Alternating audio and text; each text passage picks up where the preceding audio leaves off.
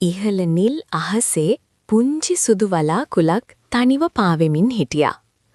අනිත් වලාකුළු සිනාසෙමින් ඉක්මනින් පාවෙද්දි මේ වලාකුළට හේතුවක් නැති දුකක් දැනුණා. ඒ දුක කඳුළු වෙලා බිමට වැටුණා. වැසි බින්දු බින්දු පොළවට වැටෙද්දි වියලි මැටි සීතල වෙලා පුංචි මල් පිපෙන්න පටන් ගත්තා. ළමයින් වැසි අතර සිනාසෙමින් දුවනවා. ගස් හරිත වර්ණයෙන් දිලිසෙනවා. සුළං මෙදින් නදියක් නැවත ගලා යනවා. දුක වලාකුළ බිම දිහා බැලුවා. තම කඳුළු සතුටක් වෙලා වෙනසුණු බව එයාට තේරුණා. අහසේ හිරු රැස් වැටෙද්දි වලාකුළ සිනාසෙමින් ඊටාම ලස්සන දේදුන්නක් නිර්මාණය කළා. වලාකුළ තව දුරටත් දුකින් හිටියේ නැහැ. එයාට තේරුණා තම දුකිනුත් ලෝකයට සතුටක් දෙන්න පුළුවන් කියලා.